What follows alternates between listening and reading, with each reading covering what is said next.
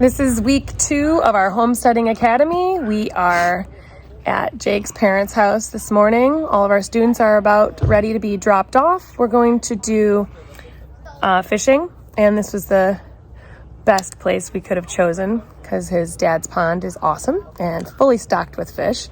So what else are we going to be doing today? We're going to talk about how ponds can be utilized in a homestead and what they're good for, the fish species, knot tying, harvesting fish, filleting fish, and cooking fish. Should be exciting. So enjoy the footage. Thanks.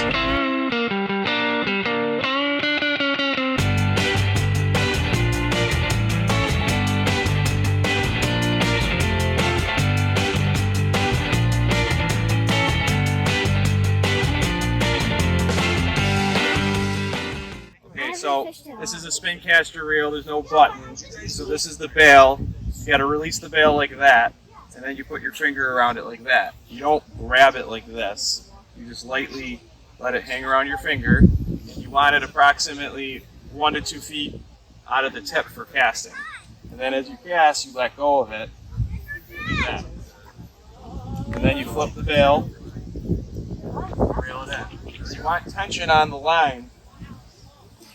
Because if a fish hits, you need to have tension on it or you won't feel it. And if the fish does hit, you give it a quick, like that. You don't jerk it out of the water, you just pull it kind of hard and set the hook.